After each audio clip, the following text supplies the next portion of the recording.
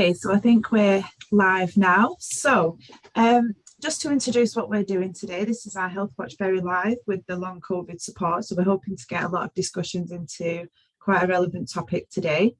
My name's Charlotte. I'm the volunteer coordinator at Bury Healthwatch. So me and Steph will be asking some lovely questions today to try and get the information you guys need.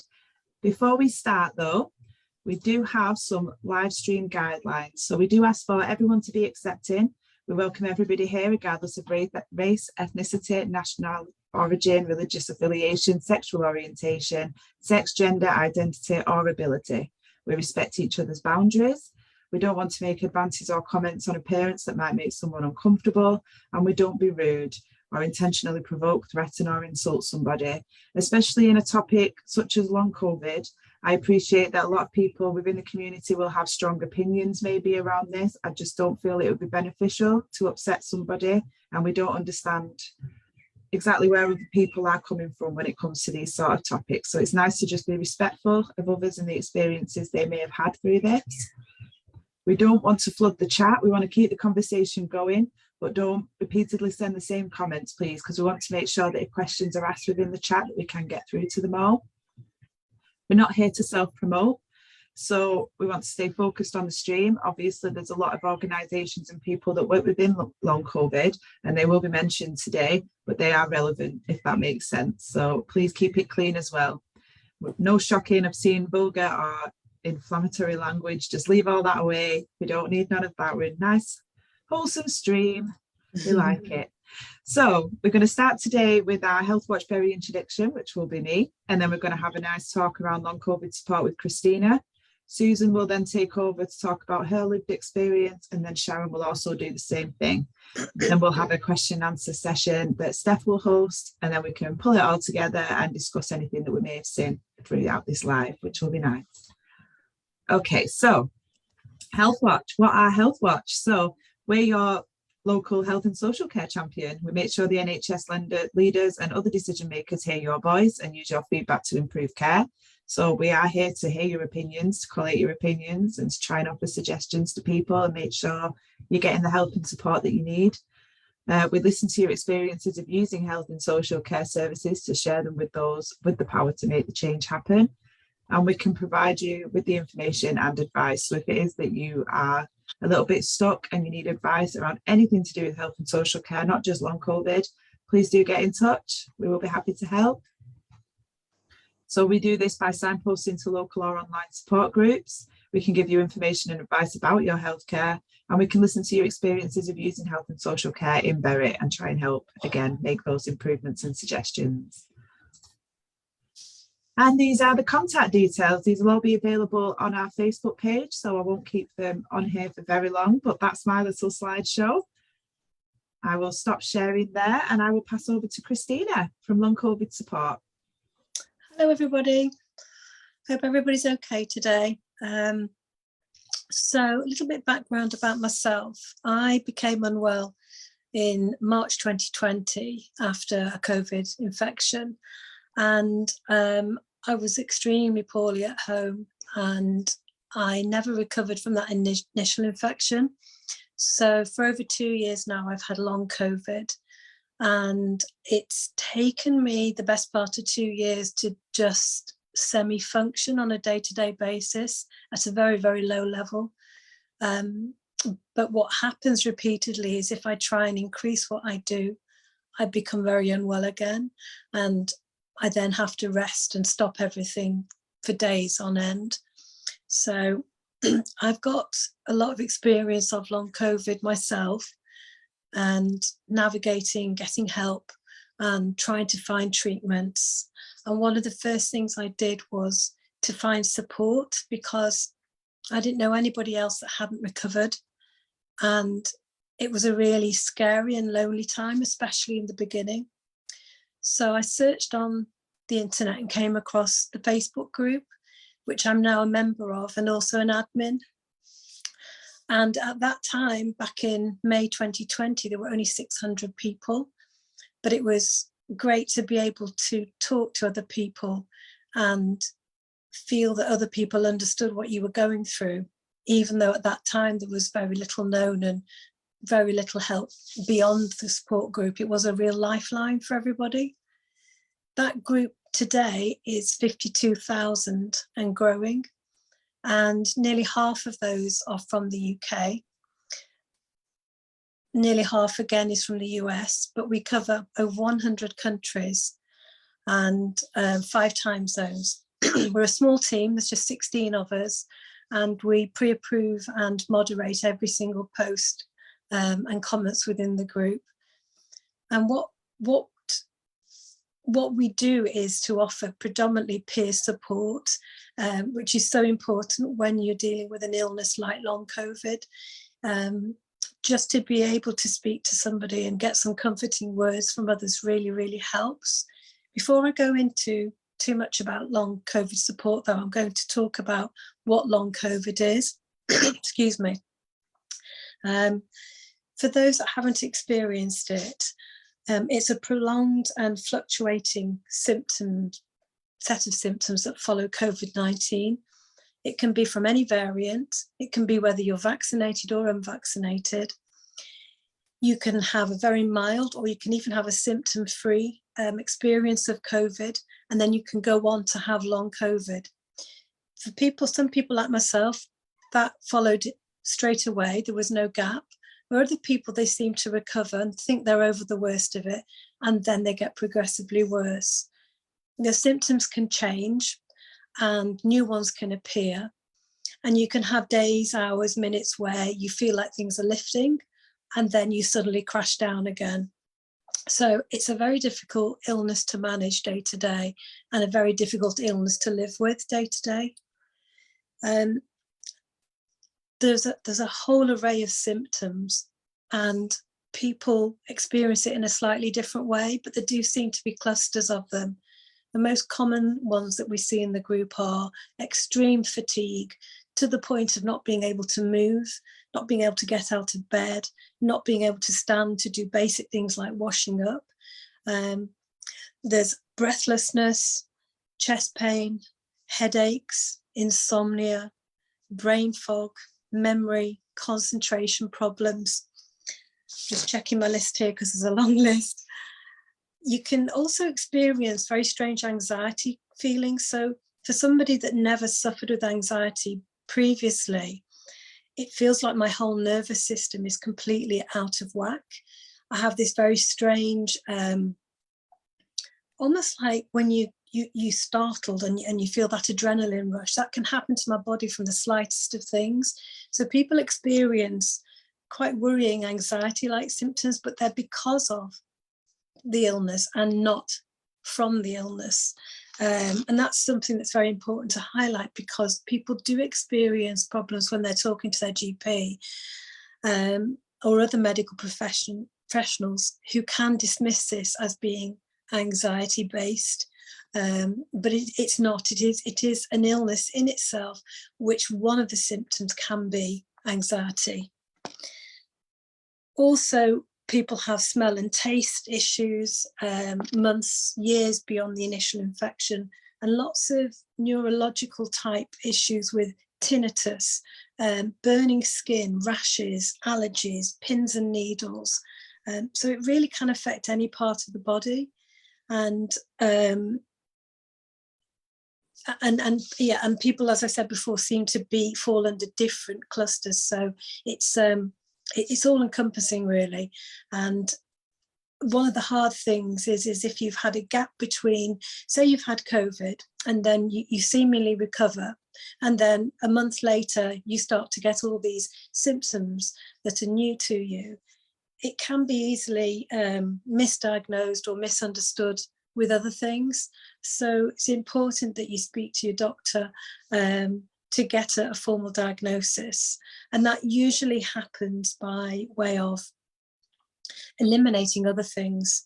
So via blood tests, scans, etc., to make sure that there's nothing else going on before you get your long COVID diagnosis. What else can I tell you? It can happen to anybody.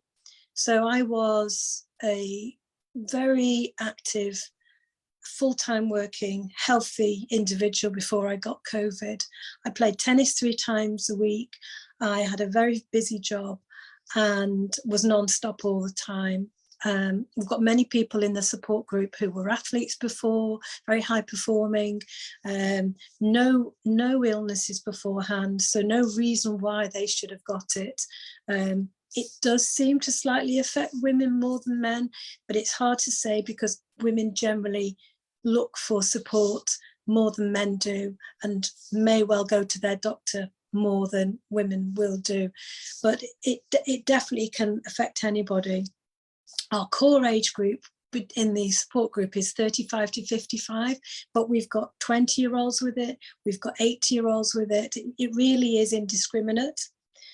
So I described the fact that your symptoms can appear straight away, and that's more clear-cut and easily understood, but it can happen where you've gone back to work, you've resumed going back to the gym, and then all of a sudden you can be hit with the symptoms which then persist. One of the really hard things about it is it's totally invisible to other people. So you might manage to get out to the shops like I do once a week, feel absolutely dreadful doing what you're doing, struggle to do the simplest of things like putting your items through the checkout, and nobody else can see that you're struggling. So when it comes to getting support from friends and family or even your work colleagues, it can be quite difficult. It can be quite lonely and isolating because it's not easily understood because people can't see what's going on inside your body. For a lot of people, it is life-changing. For myself, I have had to give up work. I was totally self-sufficient with my own home, busy social life, holidays, all the things that people have in a normal life. And I don't have any of that anymore. I rely on benefits. I rely on help from friends and family. And it's taken over a year, probably 18 months, to get a referral to a long COVID clinic. And I'm currently under that clinic, but there are really no treatments as of yet. There's only managing symptoms. So it's not like a normal illness where you have something, it's defined, there is a treatment, you take the treatment and there's a pathway to recovery or at least managing your symptoms. It isn't like that with long COVID. It's mentally and emotionally really, really hard to navigate and to keep going because you haven't got that silver bullet at the end where, yes, you're going to get better. None of us know if we are going to get better or when we're going to get better. And that's very hard emotionally to cope with. There are some things that people will take to help with certain symptoms, with things like heart palpitations, etc. But for the majority of people, there's very little in the way of treatment. It's just managing symptoms and trying to keep yourself sane, basically, and keep your head above water, which brings me on to long COVID support. So for many people, it's a real lifeline because just hearing that somebody else understands what you feel and not having to explain yourself over and over again, and the kindness from people who are suffering, greatly is quite amazing. It's very life affirming. It sounds a bit corny, but it really is a lifeline for a lot of people, including myself.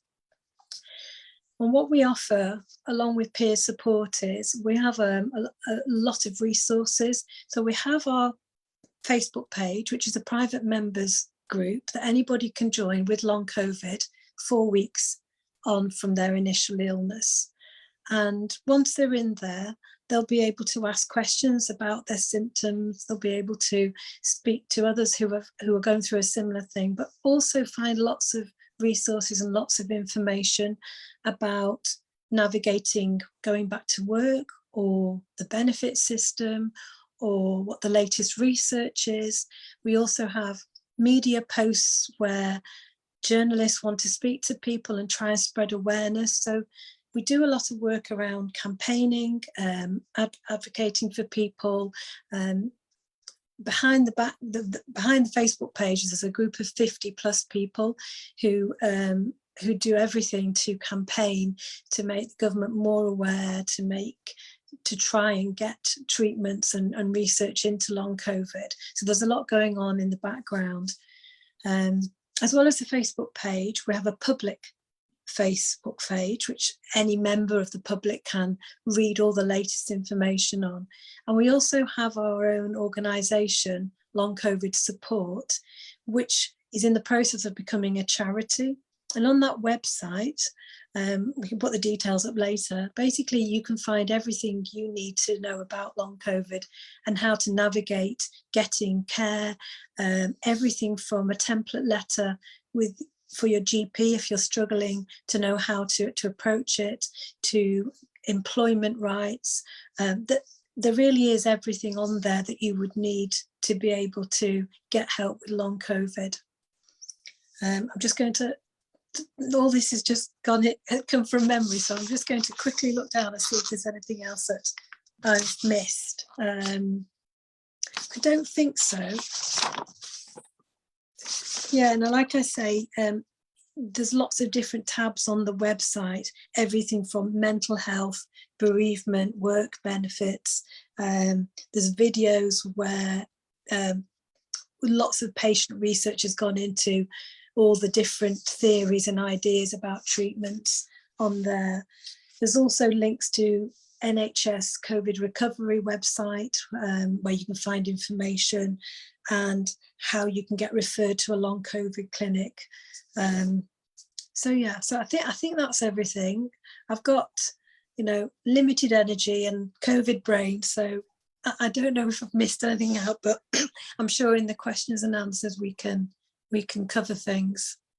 No, Christina, that's amazing. I just want to say thank you, because that was a very honest presentation that you just gave, and it really did highlight for me personally, like I didn't even think about it in regards to a doctor maybe being dismissive over things like anxiety or depression, because if you think about it, of course it causes those conditions anyway, because you can't do the things that you love anymore, not because you're disillusioned with it, but because you physically can, and that is going to still put you in the same headspace. So yeah, it is, and it's very difficult to, when you're feeling so poorly, you haven't got a lot of fight in you to start with, and everybody knows how difficult it is to even get an appointment, never mind to then be understood and to get the treatment and help, the support that you want. So, having a clear idea about what was pre-existing and what is now, and for a lot of us,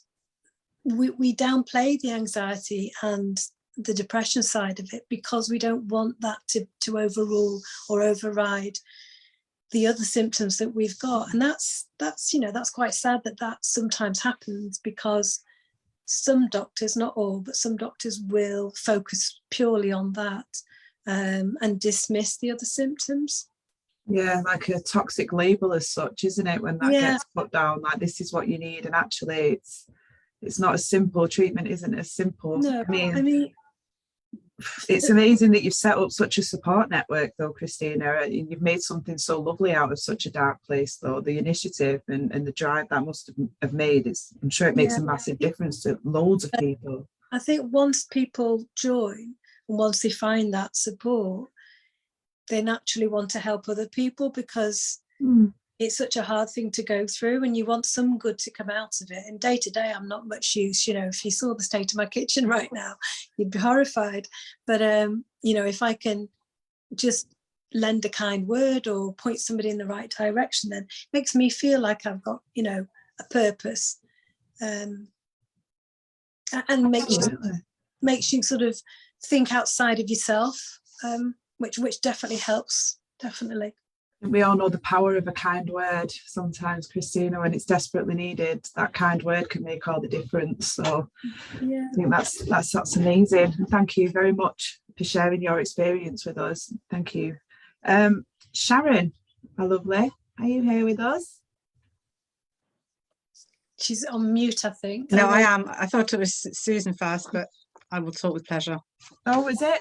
Sorry, I've messed up. Oh, it's okay. It's okay. We can go. I'm sorry. I was hoping to go after her. Hi. So I've made a few notes because, as Christina mentions about COVID brain, and I am part of the long support group that Christina is on. So it's nice to meet you, Christina, Oh, in yes. person. And yes, absolutely an amazing group. And the breadth of people's experiences is shocking. Some people are going through such terrible times. I feel like mine is very minor in comparison. However, everybody's experience is different. So I'll tell you mine.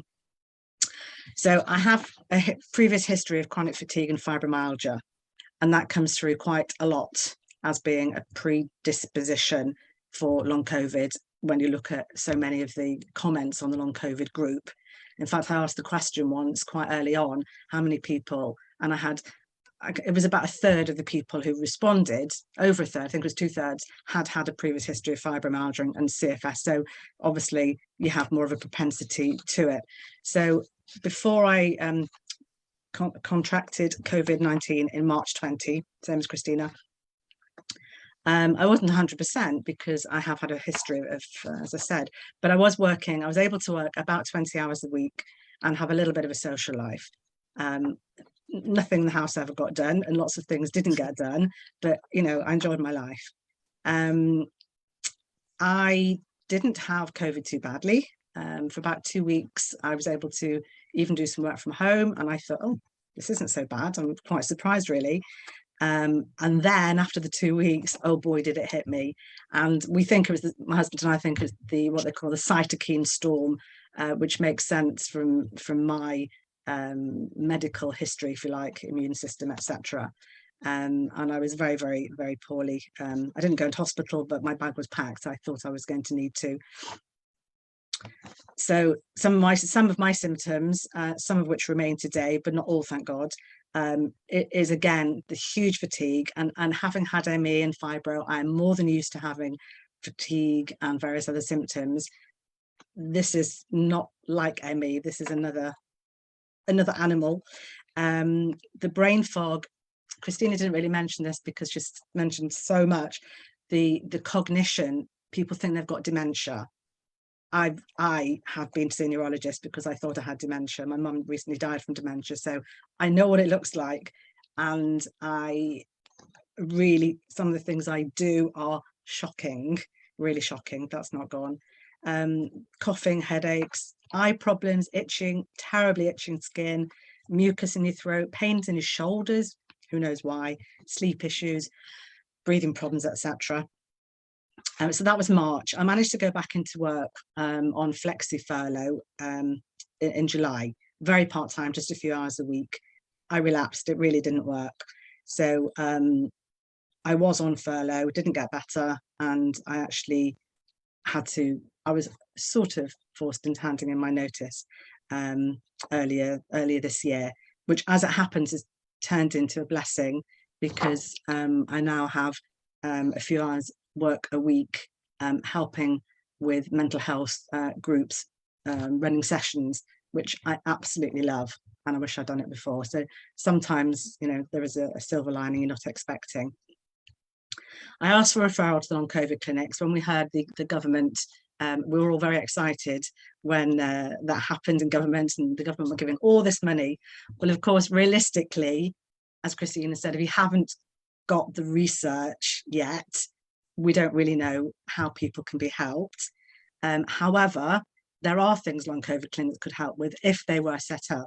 And we hear that there are some, excuse me, which seem to be very, very, very good and offer different testing and offer all sorts of help in all different ways. And then we hear of others that basically just dismiss you. So I wasn't referred to a long COVID clinic. Last March, I was referred to respiratory at Salford Royal. And I thought, well, okay, my breathing isn't my worst symptom, but I'll go. My lung function tests were fine, thank goodness. But the respiratory consultant said, we see so many people like you. We don't know what's happening. There's obviously inflammation of some sort. At the moment, we don't know how to help you. However, I'm concerned about your fatigue. And he referred me to the chronic fatigue service at Salford Royal, which I didn't know existed. It's head by Dr. Adrian Hild, and he heads the diabetes and endocrinology unit, I think it's called. So after a few months, I managed to have a conversation with him last October, very understanding. He referred me to a physiotherapist who works with his service, who's a specialist in pacing, basically. Now, over the years with ME, I thought I was learning how to pace, but I really, really never learned how to pace. But the physio there really taught me what pacing was, to try and get down to a very base level and very slowly build up, and to learn to walk away, not wash up that pan, just leave it, it'll still be there in an hour, or even the next day, as Christina said, or the week later, whatever. I did get good at doing that while I was having the weekly sessions, because I was more invested in it. That's dropped off a bit, and I know that I need to work on that again, because I'm not as good as I was. I'm just looking to see if there's anything else that could be useful. I believe that they're talking about setting up a long COVID clinic for Bury. I'd like to think that there would be some joined up thinking where they would contact long COVID clinics in the country to find out best practice and to find out what different clinics have found that will help. Testing, there's just been the very basic testing of the doctors and the thyroid, etc. But from everything we read, it seems like things like adrenals, cortisol, mitochondria, things like that can be implicated, and maybe you can have some help with that. But try and get those tests from your doctor, because they're not the standard ones. And I feel like something may be dropping through the cracks, and I feel like I've not been investigated enough, if you like, that there may be something else that could help me. And finally, I heard about a long COVID support group that Salford Council run, which I've just signed up for, because although I live in Bury, I'm under the council, Salford's, the hospital, my words are going now. So I haven't actually managed to get to one of those meetings yet. They do online and in person, but I'm going to try. And I think that's just basically more of an in-person support than the Facebook online support. That's me. Oh, thank you. Sorry, I had to unmute myself then. Wow, so the main thing I'm taking is just that it's incredibly hard to get taken seriously by your doctor with long-term conditions. It's sort of just, oh, it's long COVID, and then off with hop, really. That's... If they were diagnosed that, I've still been diagnosed with a re-exacerbation of my ME. Right, okay. Again, so it's like that anxiety, it's just a label again that seems to be blocking any kind of true support and help coming from this. So that's quite concerning, really. But thank you very much for sharing your experience. I do appreciate the honesty you're all showing. Susan, my love, are you ready? Yes, I'm here. Sorry, skipped past you a minute No, ago. don't worry about it. I'm quite happy to go last. Give me more time to get ready. I've also made some notes because of the brain fog. So yeah, I'm totally down with Christina and Sharon. Very similar experience. I got COVID in March 2020, the week before lockdown. I worked in social care. I would go around to people's houses supporting the elderly, disabled, and I caught it off one of my regulars. Unfortunately, she survived. She went to hospital, but she did really well, considering she's like 92. I didn't do so well. I managed to stay home, although I was advised I should be going to hospital because I was borderline severe. So it sounds very much like Christina and Sharon. I had my bag packed, and at one point I thought, I'm not going to survive the night. But I didn't want to go to hospital because I'd heard such horror stories. And if you remember, right early in the pandemic, we didn't really know an awful lot. We just heard what was reported in the press, and some of it was really quite scary. So yeah, I had that, and slowly over the course of a few weeks, I started to feel a bit better, went back to work. And within about 6 weeks, I was struggling so badly that I was actually at the point of collapse, where I hit the deck. And I did that twice in a week and thought, this is ridiculous. My doctor had actually said, what you need is old-fashioned convalescence. You need to stay off work. But as most people know, social care is quite, I can't think of the word, that's the brain fog. yeah, so you are on a 0 hours contract. You don't necessarily have as many employment rights as other people. You know, you don't have those sick pay, etc. And I couldn't really afford to stay off work. But eventually I decided that that's what I had to do. I had to work on getting properly better. And that was in June 2020, so around about 2 years ago. Eventually I just had to hand my notice in and said I'm not going to be able to come back. There's too much strenuous, the brain fog. I can't be responsible for other people when I can't even be responsible for myself. So I started with various weird symptoms. Christina and Sharon will probably bear me out on this. There's a lot of strange symptoms that come at the beginning of long COVID, and they do settle down after a while. Mine settled down after about 6 months. Now, as Christina said, early on in the pandemic, people didn't even know that people weren't recovering from COVID, and you'd think, oh, maybe I'm just the only one, I'm just a bit feeble. Fortunately, my GP was quite understanding, and they said, yeah, we've had a few people at the surgery that aren't getting better. You're not the only one. And that was good to hear. They also did a complete plethora of tests on me. They're all exclusionary tests. They're testing you for other things to make sure that you haven't got, e.g., lupus or a thyroid problem or whatever. There's no specific test at the moment for long COVID. And then he would send me for chest x-rays. I'd ended up in A&E a couple of times because my breathing was so bad. And has weird symptoms like burning skin, crawling skin. Like I'd have these spasms, so I couldn't sleep because I'd be jerking and waking myself up.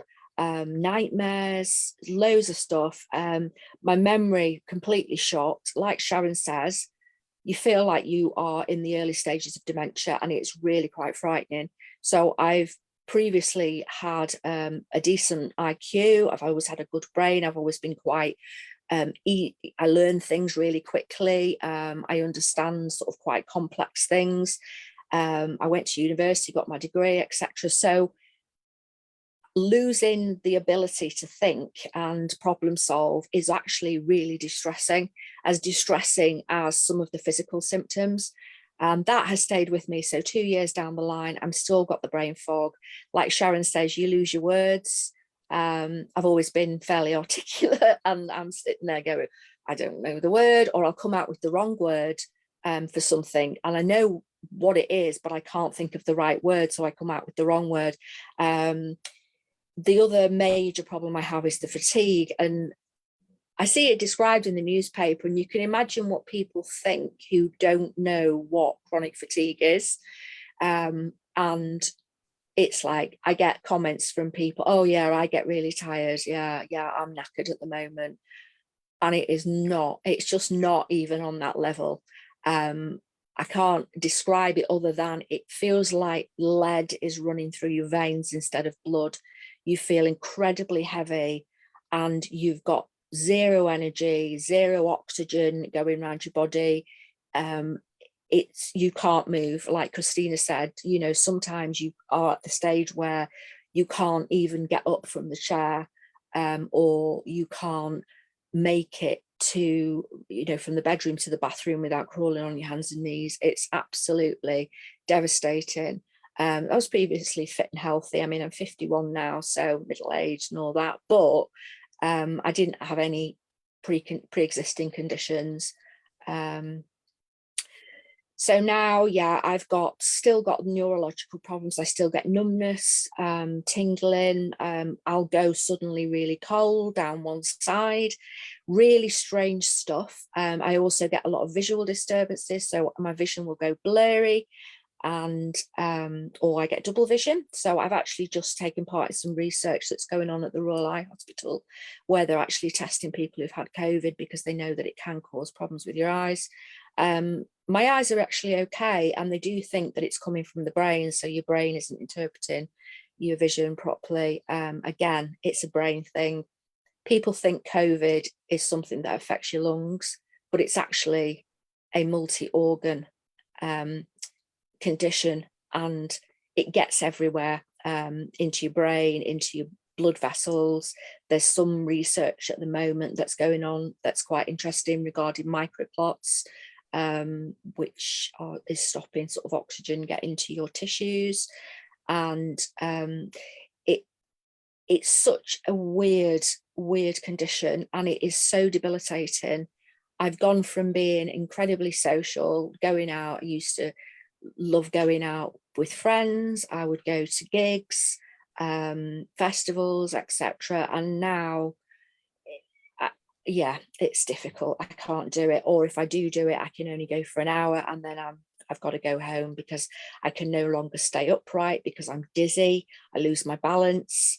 I have to walk with a walking stick now because I can walk for about a minute before I start heaving for breath. And I always had good lungs before, but now I'm really struggling. I have real problems getting up the stairs because it's a bit like doing the 3 Peaks challenge.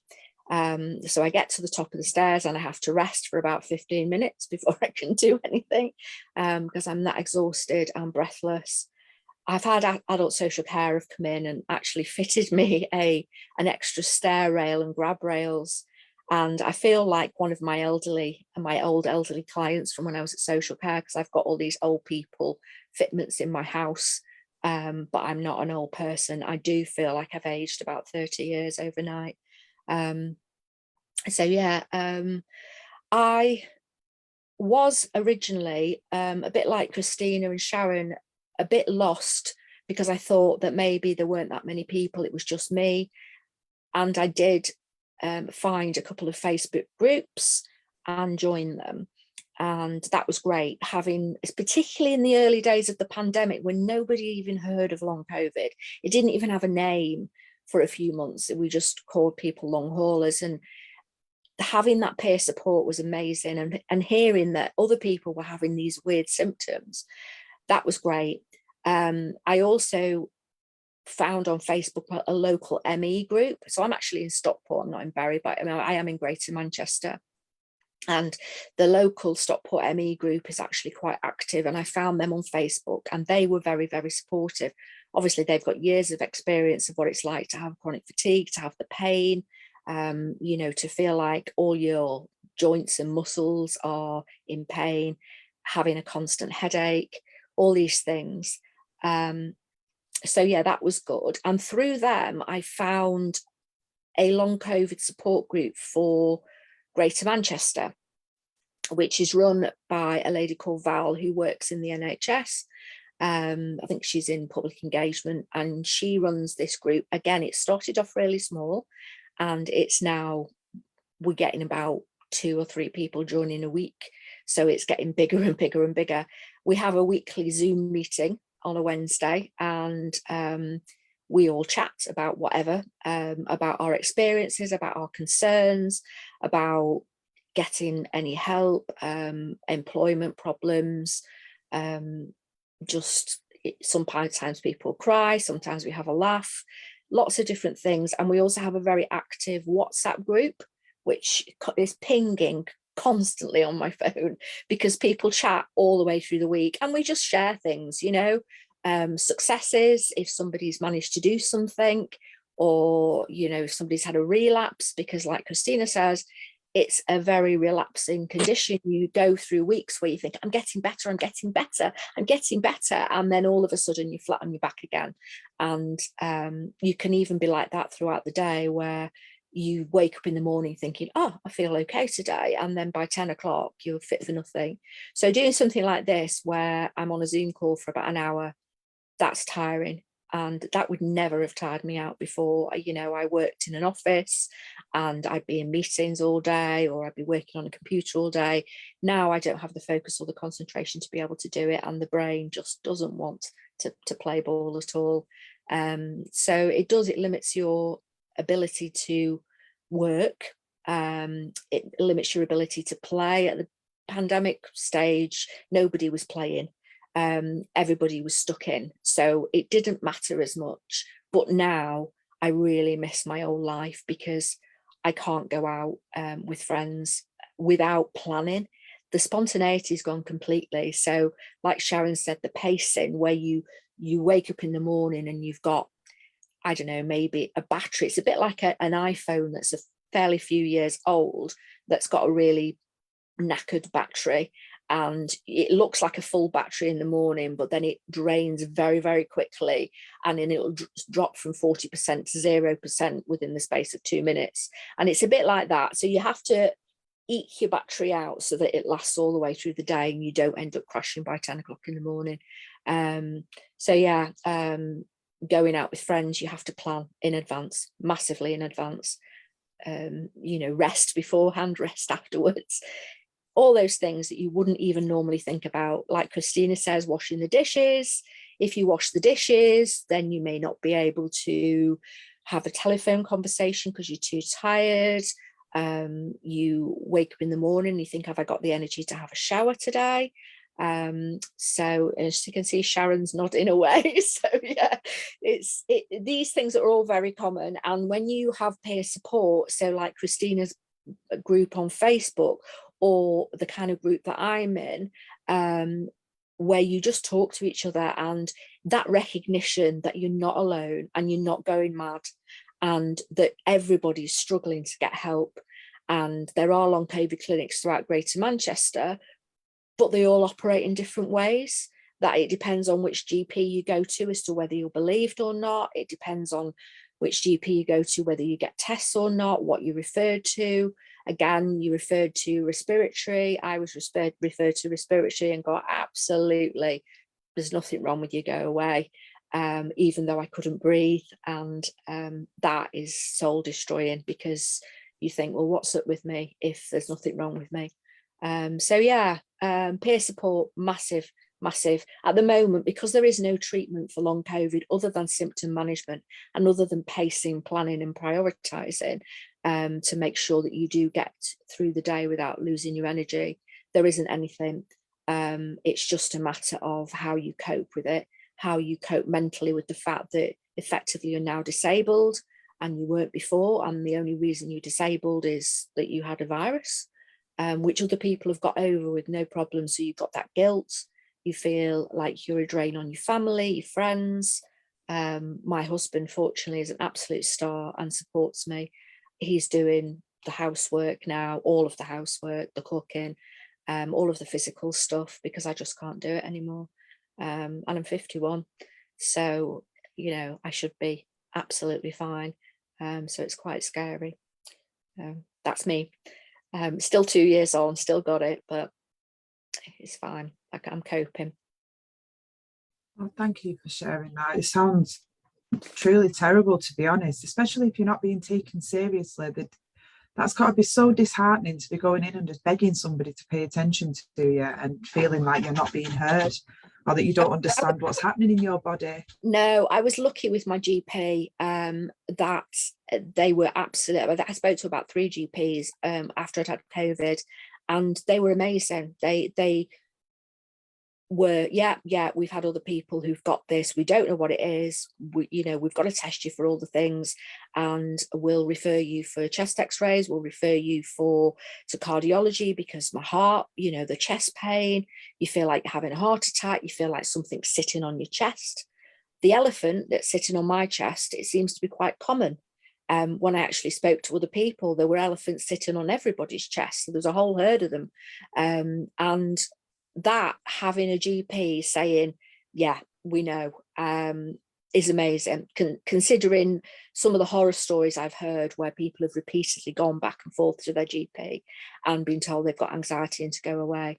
Now I've actually got generalized anxiety disorder, so I know what anxiety feels like, and it's nothing like anxiety. So yeah, you do get low mood and you get anxious about the fact that you don't really know what's going on in your body, but it's not anxiety, it's not a mental illness. So having people diagnosed with that is actually, yeah, quite disheartening for some people, but I've been lucky.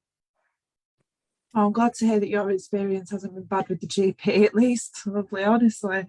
Oh, right, Steph, my love. I'm just going to pass over to Steph, who's got some questions for you. I've got a couple to ask after Steph that I've thought up as you were talking. my Yeah, lovelies. So I'll just so- pass over to Steph and talk to you shortly.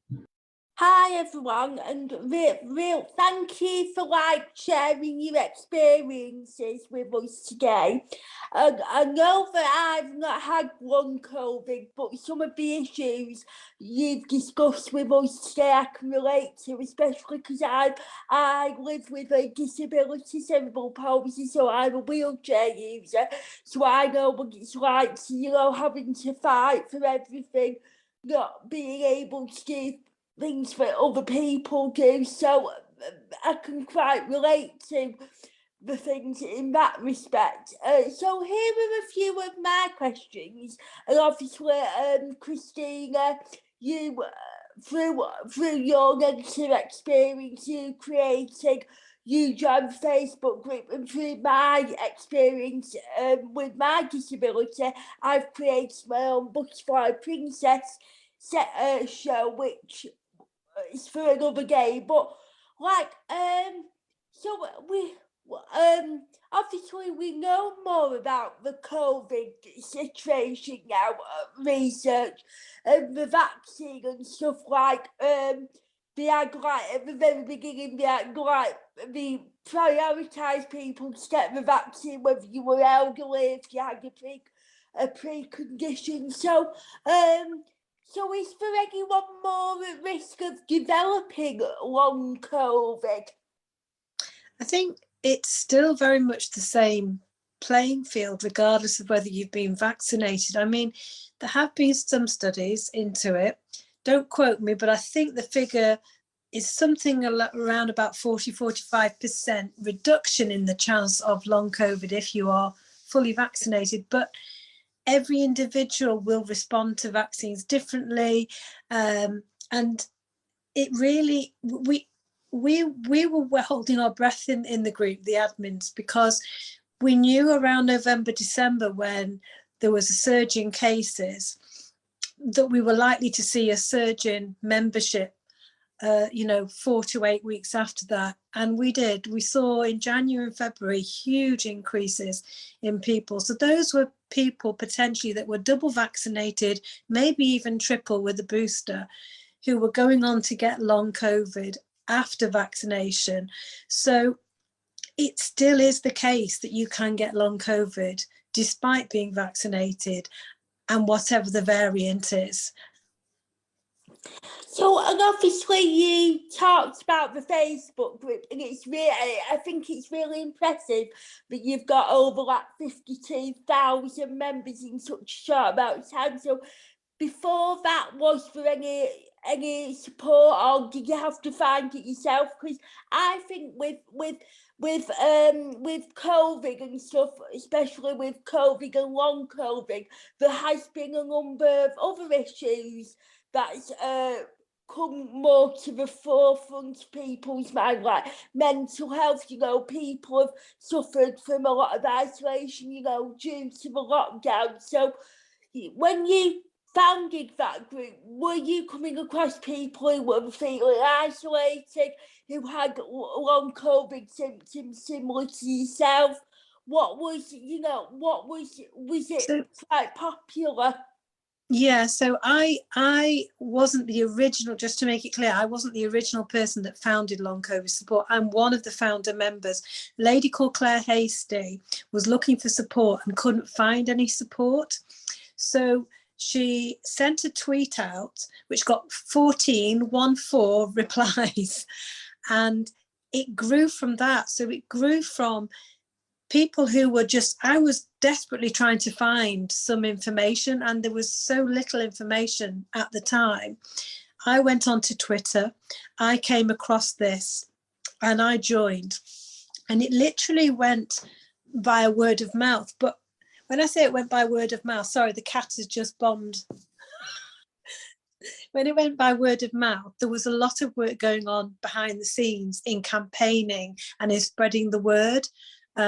So the people that got involved early on were involved with the NHS, were involved with advocacy, lots of areas where they were able to spread the word about long COVID, and it just grew in that way. But if you think about the cases, the thousands and thousands of people that became infected, it wasn't too long before the numbers were just going stratospheric. You know, they were just rising and rising and rising once people found us, and media started to get in touch with us. I look after the inbox for the website, so that means that on a daily basis we have inquiries from all the major news outlets, researchers wanting to talk about long COVID, and we put those requests out to the group and we try and spread the word nationally, internationally. So it's a whole host of things that really snowball, that the high infection rates, people really looking for support, and then the people who formed the support group doing everything to get the message out there. That's how it grew. Right, and I feel that we've covered the next question, you know, with the what to do if you suspect you have long COVID. Obviously, keep badgering your GP because you know yourself you're not right. So like going off from that, because I feel like we've covered that quite a bit.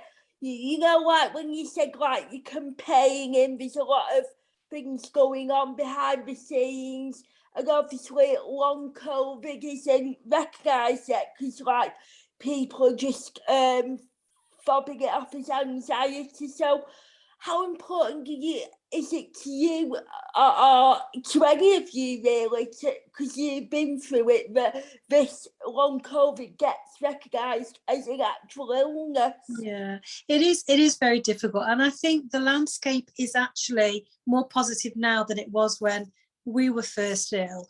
You know, it is more widely accepted and it is better known, but there's still a long way to go. And also there is, for what I interpret, almost like from the general public who've not experienced COVID, or they've experienced it very mildly and moved on from it, wanting to almost sweep under the carpet COVID and just to get on with life normally and not to have it as an imposition in their life. So along with a new illness that there is no treatment for as of yet, you've also have to navigate the wider public's perception and attitude towards this illness, and that's quite difficult because you wouldn't normally have that. You wouldn't normally have thousands of people who have an opinion about you know, what COVID is, and it can get quite political. And so yeah, it's a very complicated time and situation to have an illness that's linked to the wider pandemic. Thank you. And just two more questions from me. So one is, you've all talked about, you know, you had like a very quite big social life. Obviously, Christina, you mentioned that you know, you went on holidays, you played tennis 3 times a week. But is there anything really specific that you used to do before you got COVID that you can't do now and you really miss it? Everything.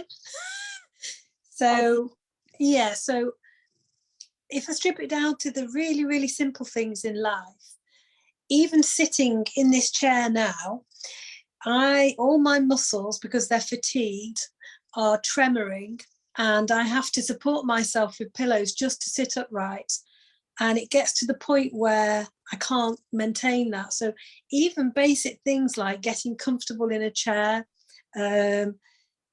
thinking about how many times I need to go to the toilet and get up the stairs, it really can be as basic as that. I've not had a shower today. I've not got the energy, because if I did that, I wouldn't be able to do this. I can't, for example, there's a group of close friends who want to go away for a weekend in the UK. I can't do that. I can't go to the shops more than once a week. And even then it's a struggle. If there's somewhere I want to go and there's no parking nearby, I can't go to it, I can't do it. I have to account for the fact that I might be able to walk 50 steps, but I've got to do the 50 steps back. There has to be a lift nearby that I can get up and down. There's just so many things that it affects.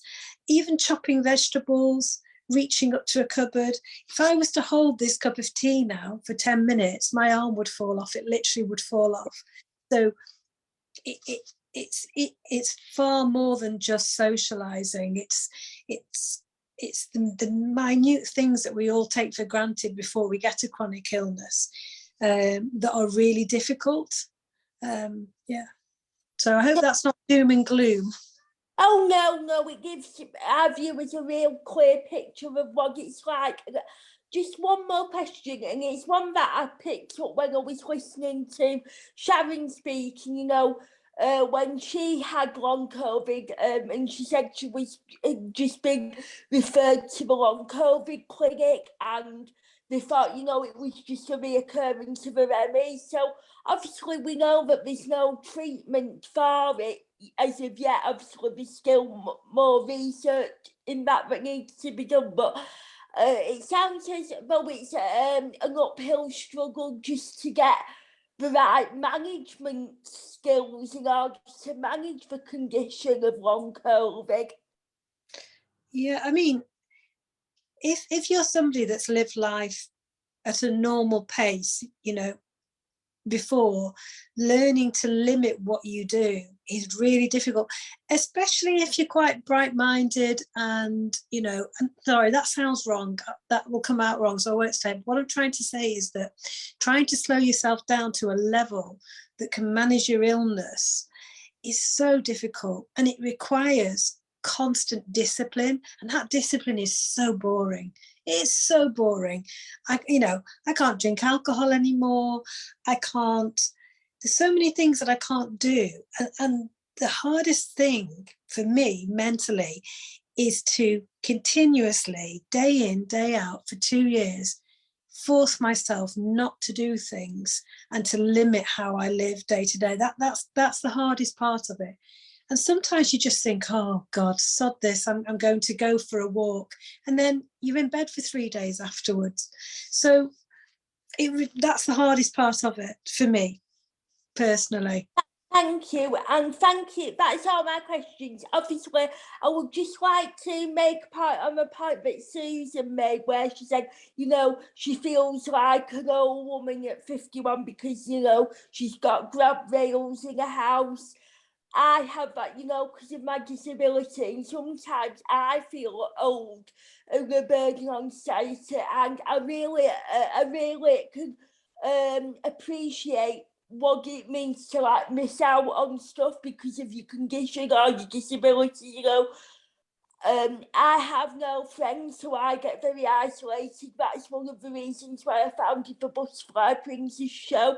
But also, you know, there's things that I want to do. I've never been on holiday with friends or girls, so you know, I can understand how you feel when you think, oh, life's really dealt me a blow. But I think it's really nice to hear that you've all like using your time effectively. And it's been really nice to hear from your personal perspectives today. So thank you. Yeah, it definitely gives you an unwanted insight into what it's like for anybody living with an illness that limits their life, and it's, you know, it is quite upsetting. Yeah. And I can can I get sorry, Susan and Sharon have had their hands up for a while, so can I just Sorry. stop you a minute, Steph, and can I just talk to those two for a second? Yeah, I just wanted to say, I mean, everything Christina's saying, I absolutely echo. One of the hardest parts, and I think from talking to other people who have long COVID, is that you look okay, you look well, you've got pink cheeks, you know, you look healthy. And I've had this a lot from friends. If you're having a good day and you're smiling, they go, oh, you're better now. And you're not, because it's a chronic condition and it fluctuates from day to day, and you may have saved your energy for 3 days in order to go out with a friend for lunch, and you know, you're there for a couple of hours and you won't have done anything specifically so that you have that energy to do it, and then you will also need to rest for about 3 days afterwards. which you wouldn't have had to do before, but you do look well. So, and I think also the public perception, like Christina was saying, people want to avoid talking about COVID and long COVID. But I've seen some really toxic stuff on social media where there'll be a post about long COVID and people just accuse you of malingering. You know, they think, oh yeah, you just don't want to work, or you don't want to do this. They don't see, like Christina said, the nitty gritty where you have to think about whether you can go downstairs, because if you need a wee, then you need to go back upstairs, and have you got the energy to do that multiple times a day? If you want to go out for a walk, because a lot of people go, oh, all you need is to have a walk in some fresh air, you need to just do some yoga. And look, Christina's laughing. We could do a comedy sketch. We could Yeah, do honestly, you get told all sorts. Oh, well, if you take this supplement, you'll be fine. If you know, go running, you'll be fine. And you think, if I ran, I would actually probably die. I would certainly be really, really poorly. Exercise is not an option. This actually leads me to one of the questions. Sorry, Steph, can I just talk a minute, darling? Thank you. This actually just leads me to one of the questions that I had planned to ask, because obviously public perception can be quite hurtful. And I've seen a lot of very toxic stuff on Facebook personally. So, and I don't suffer from it. And I've got a bit offended at the stuff I've read, because again, it's something that we don't know about and it's coming from a place of ignorance. How would you advise people living with this? So if someone came to you and they were utterly heartbroken, they've seen this stuff online, what coping mechanisms do you feel have worked best for you with regards to maybe blocking these people out a little bit? Maybe it's not just online, you know, it's not just strangers.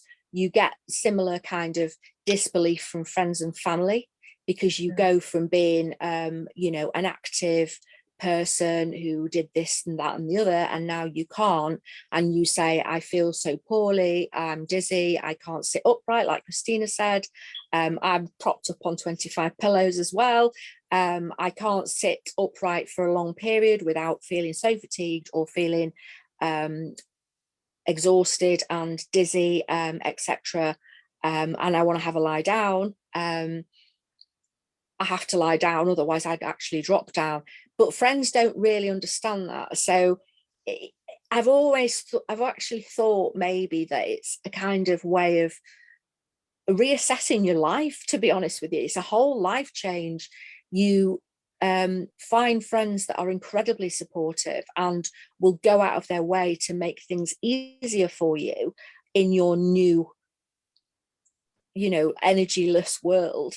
They will do things that, you know, they'll come and see you rather than expect you to meet you. They'll come and pick you up so that you don't have to drive, because even driving's a problem. I can only manage to drive about 2 miles because of the amount of focus and concentration it takes. I would say that it's a matter of educating people. You need to be patient, because people don't believe you at first. You need to constantly remind them. And the toxic stuff, I would think maybe just cut that out of your life, particularly friends who won't believe you. Maybe they're not the kind of friends that you need in your life anymore. And family is difficult. I know a lot of people whose family have not believed them and still push them to do things that they're not able to. The peer support is really important at that stage, because you need that validation that you're not going mad and you're not making it up, that you do feel like that. So yeah, I would advise people, if they're feeling really bad about it, to talk to other people who've got long COVID and about their experiences and what worked for them. Oh, thank you for that. Christina, Sharon, your hands are up. Do you have something to add? Sharon, you're next.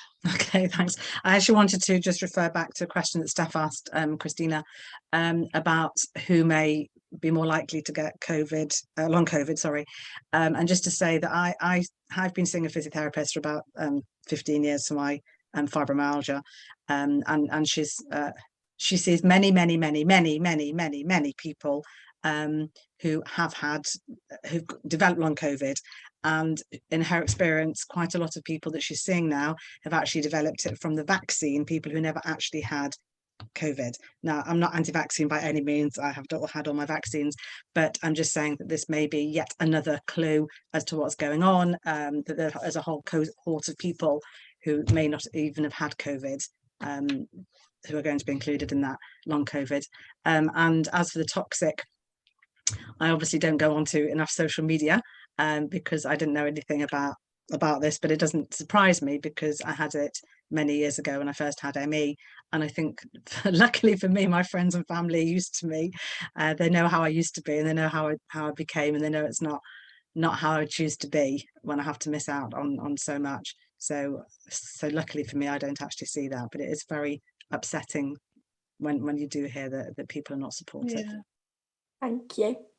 I was just going to add that the toxic stuff in the early days of being ill, I was fighting fires, but it was only making me feel worse. So I stopped. So on my own Facebook homepage, my own profile, I have never ever posted anything about being ill. There's nothing on there that would let anybody know who's a friend of mine on Facebook that I have a chronic condition. And I chose to do that because A, I'm a private person, but B, also knowing my nature, I would want to try and educate people. And I was already busy in the private Facebook group, doing admin work every day. So I decided early on to stop engaging with people, because there's always going to be people. I mean, a lot of people jumped on the bandwagon of the discussion for political reasons, for who knows, all kinds of weird reasons. And Twitter was even worse than Facebook. So I personally decided to step back from the drama and just let people carry on with their ignorance. And Christina, obviously with what you basically said about Twitter, I'm not on Twitter, but I do know how it works. Obviously, there's been a lot about it in the news recently about Elon Musk wanting to make it as more of a free speech thing, which I've nothing against free speech, but I think, social media, and it gives people a right, I think, just to say whatever they feel, and when they don't even know you, would they actually say them things to you face to face? No. Because they've got a keyboard or a screen, it makes them feel powerful, really. Yeah, no, it's true. It's people behave very differently on social media, and that's a whole nother topic. But I think when you've got an illness that limits your energy, and stress can exacerbate the symptoms, for me, I found it better just to not engage and just to roll your eyes and feel sorry for people that have those small minds and are intent on causing, upset for other people, and just focus on what I can do day to day to try and create, like doing this today or speaking to a member or whatever it is, to focus on something positive. But like Susie said, it can be in your very inner circle of friends quite hard to navigate, never mind the wider world. I've personally found that I've had to let a few friendships go, and I was really shocked about their attitude. I remember being, so poorly in the early days that I could barely move, let alone get out of bed. And I had one friend who has a very negative attitude to illness. She's the type of person that says, oh, come on, you just need to, pick yourself up. One of those, uninformed people in life. And her comment was, I know it's tempting to stay in bed, but I think you should really, and I don't advocate violence, but I would have happily have, given her an imaginary punch. And I told her what I thought about her comments. And people do have some very strange attitudes to illness. And I've let friendships go because of that. And the people that have surprised me have been not necessarily what were my closest friends. Sometimes you have close friends and then you might have people that you see now and then. It's been those people that have actually been more supportive. Yeah.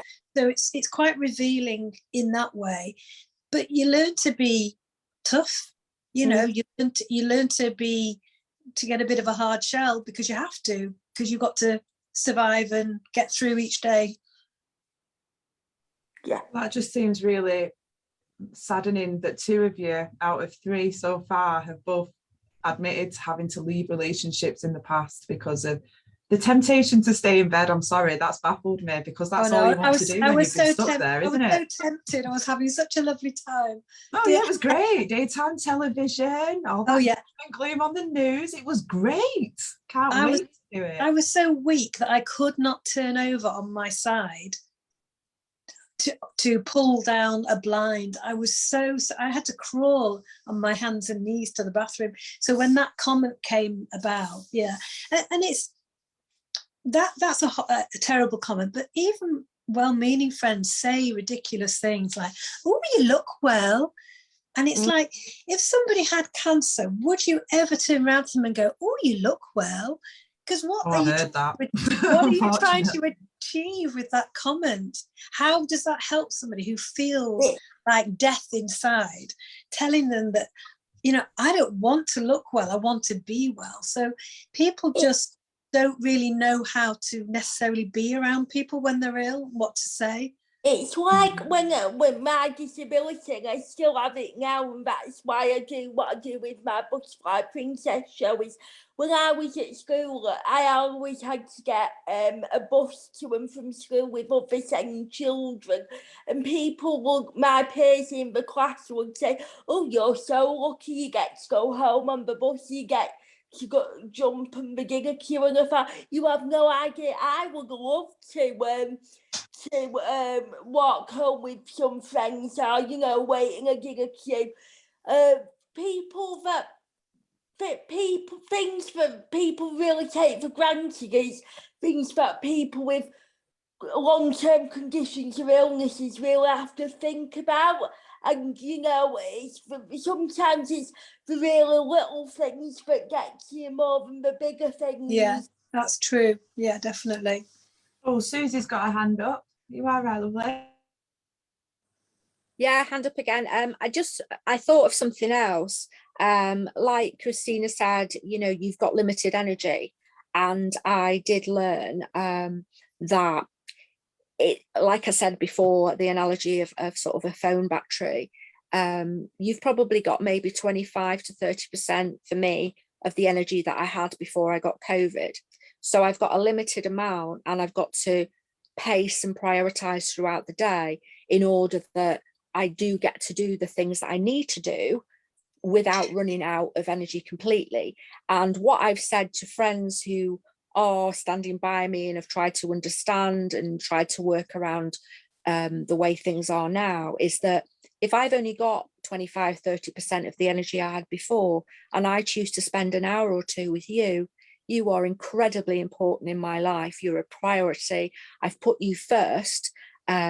And I will have not done something else as a result. It's not just like friendships where you just do them by default because, you know, it just happens to be, oh, let's go out for a drink. Yeah, let's go out for a drink. You don't do that. You really seriously have to work out what's important in your life and do those things. You don't do all the other, you know, the chaff that, you know, the filler stuff that you would normally do in life. So that's something that it's not a positive, but it's something where life becomes very concentrated. You don't have all the stuff that you know you would do throughout the day that you don't even think about. Everything is planned.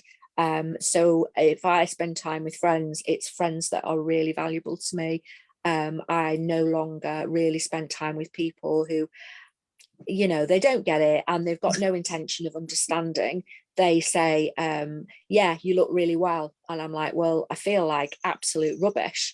But you don't also want to say, oh yeah, but I feel like rubbish, because then you just feel like you're Debbie Downer for everybody. So you don't say it. It's probably better just not to engage with those people. No, it's very tempting, isn't it, to say, oh, I look well, you look really intelligent. Yeah. But looks can be deceiving.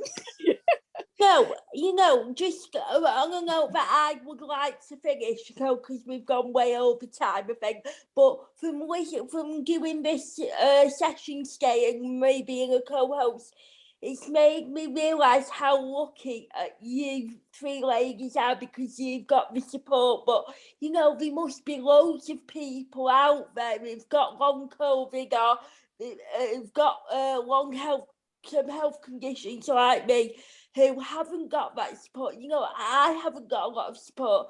I've got no family, no friends. I've only got my mum, and she's got her health issues as well. So sometimes I've no one to talk to, and that's why I've brought my disability into the conversation today, because even though I've not had long COVID, it's really helped me to talk about some of the issues, how I feel about my disability. So you three ladies have really helped me in a way as well today. So thank you. Thank you, Steph. Thank you. It's one good thing about social media. I mean, we do sort of criticise a lot about Twitter, Facebook, etc. But being able to connect with other people that are struggling as well, and being able to talk about your experience is really valuable. So yeah, I would definitely say peer support is probably one of the greatest therapies we've got at the moment for long COVID, in the absence of anything else.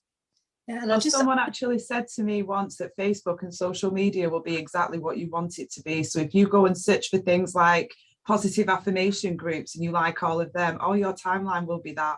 And once he said that to me, it really hit me hard personally, because like you said, peer support is incredibly important. There's a lot of different ways that you need support with long COVID, and there's no way, with all the best intentions in the world, it's a very niche subject. It's a very isolating condition to be feeling, because we don't know that much about it at the moment. So that peer support is phenomenal, really. I believe personally, there is a lot of toxicity on social media, and people think it's a lifestyle choice. They think it is a lifestyle choice, and it's not. It's very much something that's been inflicted on you, and it's quite devastating, and it is a total change in the way you were before. I mean, most of the people I know who have long COVID were fit and healthy before. Like Christina said, some of them were athletes.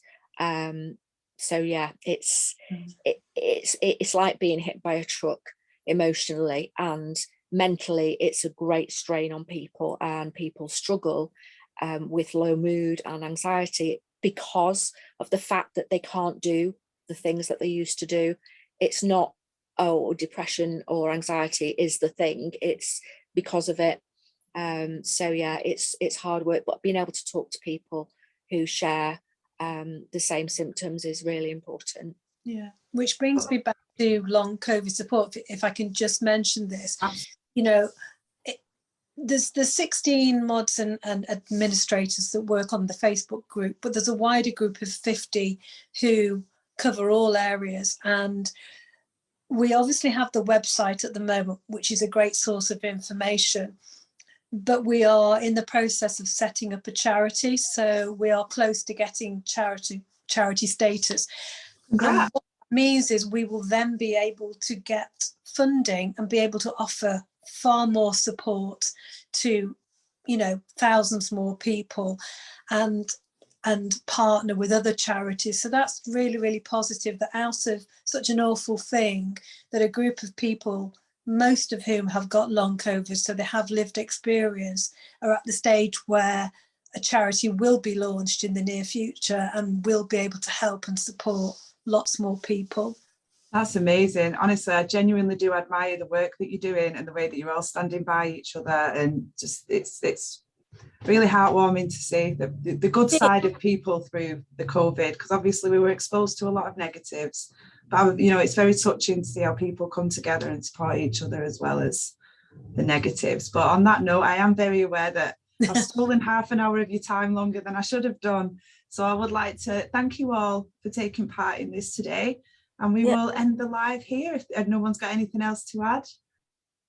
No, I just want to say thank you to everybody, and it was really nice meeting you and especially understanding somebody else's perspective from having an illness that, Thank you. Thank you.